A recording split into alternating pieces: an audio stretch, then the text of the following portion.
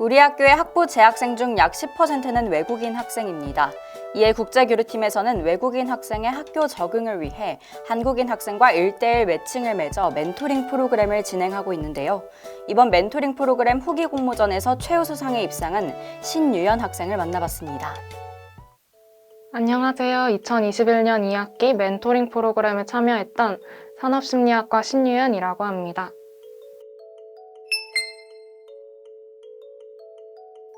멘토링 프로그램은 외국인 학생 1명과 한국인 학생 1명이 1:1로 멘토-멘티가 되어서 한 학기 동안 멘티 학생의 한국 생활 적응을 돕고 문화교류 활동을 하는 프로그램입니다.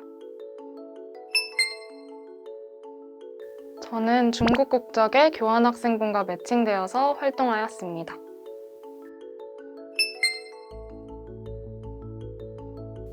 가장 기억에 남는 활동은 컬처데이 활동이었어요. 컬처데이는 멘토링 활동을 하면서 문화를 공유하는 활동을 하는 날입니다. 저희는 둘 다 향수에 관심이 많아서 향수 원데이 클래스에 참여했어요. 향을 하나하나 맡아보고 마음에 드는 향들을 조합하여 향수를 만드는 수업이었는데요. 저희는 각자 향을 맡아보면서 내가 어떤 향을 좋아하는지 알게 되었고, 그렇게 스스로에 대해 새롭게 알게 된 점을 공유했어요. 저는 제가 제비꽃 향을 좋아한다는 것을 알게 되었고, 멘티분은 평소에 생강을 먹지 않는데 생강향이 너무 좋게 느껴져서 놀랐다고 했어요.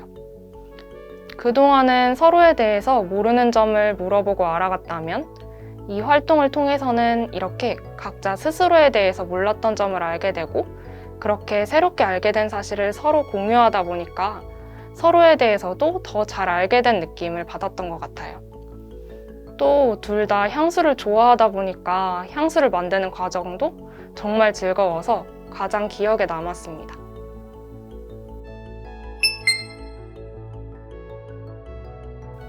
무엇보다 서로의 음식 문화에 대한 이야기가 가장 기억에 남아요. 활동을 하고 같이 밥을 먹기도 하면서 청국장, 곱창, 만두, 훠궈 등 한국과 중국의 음식에 대한 이야기를 정말 많이 나눴어요. 한국 사람들이 추석에 송편을 만들어 먹는 것처럼 중국은 중추절에 만두를 만들어 먹는데, 만두 속에 들어가는 재료는 지역마다 다르다는 이야기, 그리고 만두, 샤오롱바오, 자오지, 바오즈, 딤섬 등 중국에는 다양한 만두의 종류가 있다는 이야기 등 음식에 대한 이야기가 흥미롭게 다가왔던 것 같아요. 멘토링 활동을 하면서 가장 어려웠던 점은 두려움이었던 것 같아요. 지금까지 외국인 친구와 친밀한 관계를 맺어본 적이 없었고, 제가 워낙 성격도 내향적이라서 처음에는 국적도 사용하는 언어도 다른 우리가 친해질 수 있을까? 내가 정말 멘티분에게 도움이 될 수 있을까? 하는 걱정이 앞섰던 것 같아요. 그래서 활동 초반에는 설렘도 있었지만 두려움과 어색함도 있었습니다. 하지만 활동 전에 활동 계획을 세우면서 이야깃거리를 미리 준비하기도 하고, 학생증 발급이나 학교 점퍼 주문 등 학교 생활을 하면서 멘티분이 도움을 필요로 하는 부분이 있으면 최대한 도움을 주고자 노력했어요. 또 멘티분께서도 한국어로 이야기를 최대한 이어나가시려고 하고 정말 많이 노력해 주셨어요. 그렇게 같이 매번 활동에 열심히 즐겁게 참여하다 보니 점점 두려움을 극복하고 서로에 대한 마음을 열게 되었던 것 같아요.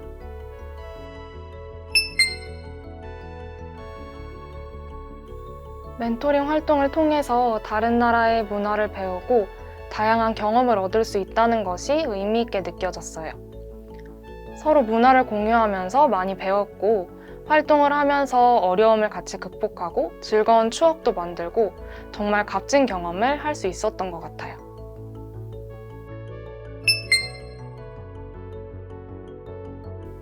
멘토링 프로그램을 통해 정말 좋은 추억과 값진 경험을 만들 수 있으니, 두려움으로 멘토링 프로그램 참여를 망설이고 있는 분이 있으시다면 꼭 참여해보라고 말씀드리고 싶습니다. 그 두려움의 크기 이상의 의미를 느끼실 수 있을 거예요. 네, 이렇게 멘토링 프로그램에 대해서 알아봤는데요. 외국인 친구와 대화를 하는 프로그램이다 보니 분명 어려움도 존재합니다. 그러나 또 그 과정에서 배우는 것도 느끼는 것도 많은 활동인 것 같네요. 또 다양한 세계를 엿봐 사고력이 확장되기도 하고요. 비대면 수업으로 진행돼서 친구를 사귀기 어려운 요즘 때에 다음 학기에는 멘토링 프로그램을 신청해 친구를 사귀어보는 것은 어떨까요?